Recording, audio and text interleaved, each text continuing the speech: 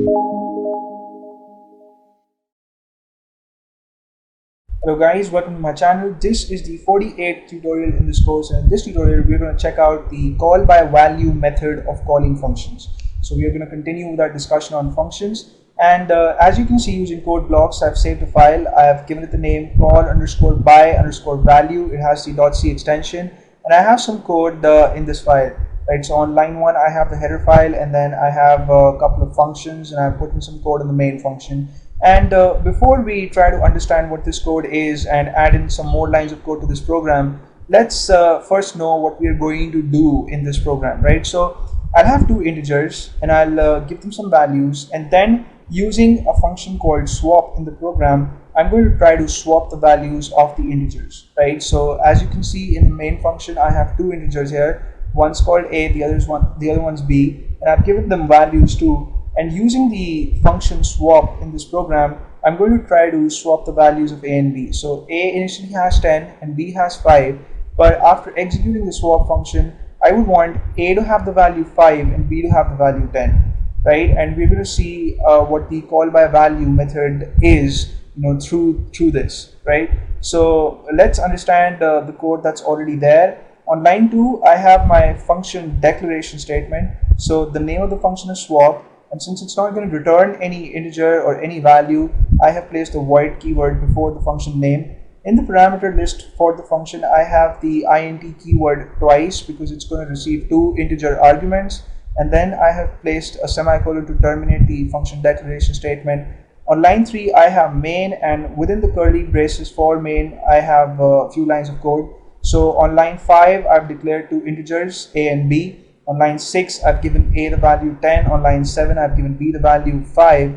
And on line 8, I have a printf statement that's going to display the values of a and b on screen before the swapping operation has been performed, or before the swap function has been called. So the statement is printf, within double quotes I have before swapping, and since we're going to print two integers, I have the %d format specified twice, and I have a new line escape sequence just before the closing double quotation mark for printf, and then of course the variables a and b. And then on the next line, that is on line 9, I have called the swap function with a and b as arguments, right? So a and b are both integers, and they have been passed as arguments to the swap function. And then after this function has been called, after this function has been invoked, I have another statement on line 10 that's going to display the values of a and b after swap has finished its execution, right?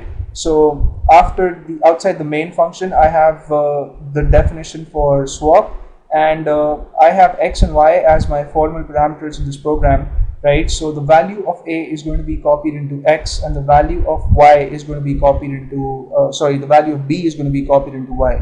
Now let's get inside the swap function, and let's try to change the values of a and b. And to do that, I need a temporary variable, and I'm going to call that temp. It's also going to be an integer, and I'll give the value of x to temp, right? So a and b are not known here. A and b are known through x and y, right? So what if I just type, it should be temp is equal to x.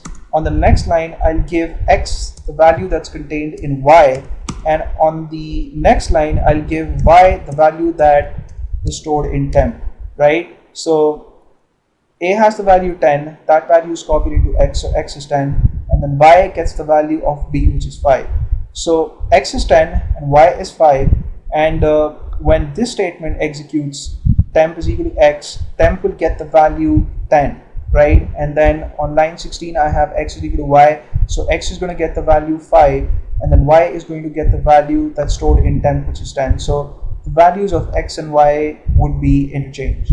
Right, now let's run the program and see if these changed values are actually, if these changes are actually reflected to the values of a and b in the main function or not.